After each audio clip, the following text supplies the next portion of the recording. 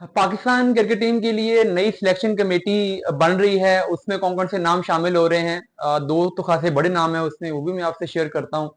और इसके अलावा जो दूसरा टेस्ट मैच मुल्तान में है पाकिस्तान में, उसमें कुछ इनफोर्स चेंजेस करनी पड़ रही हैं और कुछ परफॉर्मेंस बेस हैं। इन चेंजेस के बारे में भी कुछ मैं आपको इंफॉर्मेशन शेयर करता हूँ। देखिए, पाकिस्तान की जो सिलेक्शन कमेटी है T20 वर्ल्ड कप में अब्दुल रजाक, वहाब रियाज और मोहम्मद यूसुफ और असद शफीक, ये चार मेजर मेंबर थे। उनमें से तीन मेंबर जो मोहम्मद यूसुफ, अब्दुल रजाक और वहाब रियाज हैं, वो ऑलरेडी रिजाइन कर चुके हैं। और उनकी रेजिग्नेशन की रीजन भी पिछली वीडियोस में बहुत दफा मैं शेयर करता रहा हूँ कि क्या थी, आप जानते ही होंगे। तो अब पाकिस्तान क्रिकेट बोर्ड ने फैसला किया है कि नई सिलेक्शन कमेटी बनाई जा रही है और उसमें तीन नाम और आ रहे हैं इन तीनों की जगह पे। तो जो उसमें सबसे बड़ा नाम है वो तो आकिब जावेद का है, और आकिब जावेद लॉ कलंदर्स के साथ भी हालांकि काम कर रहे हैं, और ये कॉन्फ्लिक्ट ऑफ इंटरेस्ट भी होता है। जब आप किसी भी पीएसएल फ्रेंचाइज के कोच हैं, सिलेक्टर हैं, मैनेजर हैं, या कोई भी किसी भी ओहदे पे हैं, तो आप पाकिस्तान क्रिकेट टीम में कोई ओहदा नहीं ले सकते, पाकिस्तान की मैनेजमेंट में कोई ओहदा नहीं ले सकते। तो अब देखेंगे कि ये आकिब जावेद इस ओहदे को लेने के बाद लॉ कलंदर्स को स्किप करेंगे, या वो मोहसिन नकवी से कह के फिर कोई रूल्स में चेंज करवाएंगे। बहरहाल एक तो वो आ रहे हैं। इसके अलावा जो दूसरे मेंबर आ रहे हैं वो अजहर अली हैं। अजहर अली क्रिकेटर कैसे रहे हैं वो भी आप जानते हैं।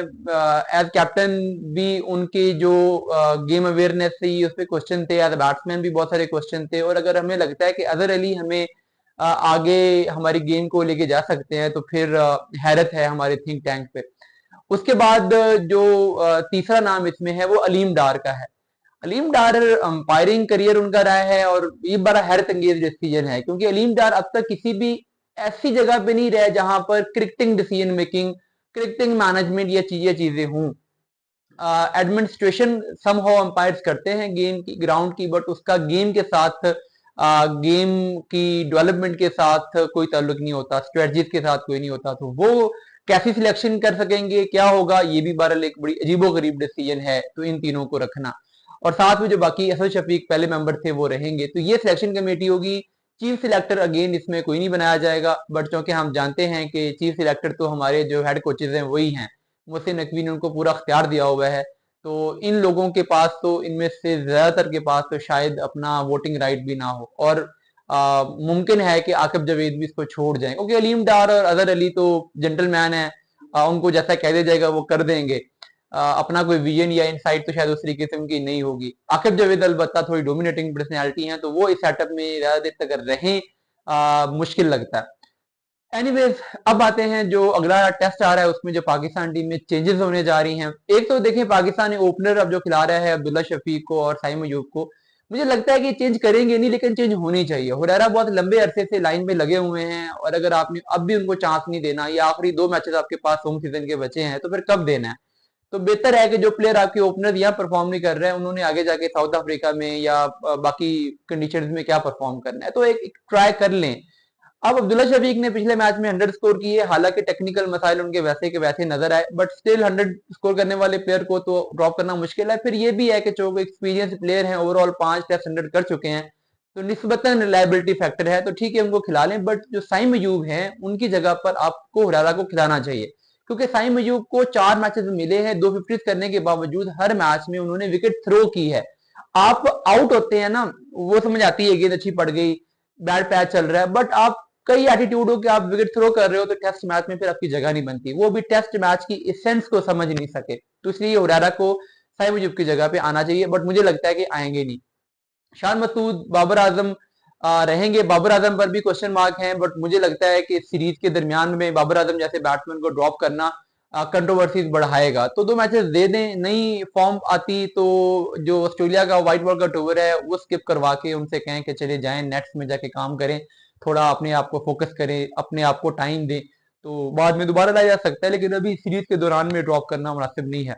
5 पे सऊद शकील होंगे, 6 पे रिजवान होंगे, 7 पे आगा होंगे, 8 पे आमिर जमाल होंगे। यहाँ पे तो कोई क्वेश्चन ही नहीं है इन पोजीशंस पे। अब स्पिनर इब्रार अहमद के बारे में आपको मैंने कल भी रिपोर्ट किया था कि वो बीमार हैं, और वो 3 दिन के लिए डॉक्टर ने कहा है कि वो बेड रेस्ट करेंगे।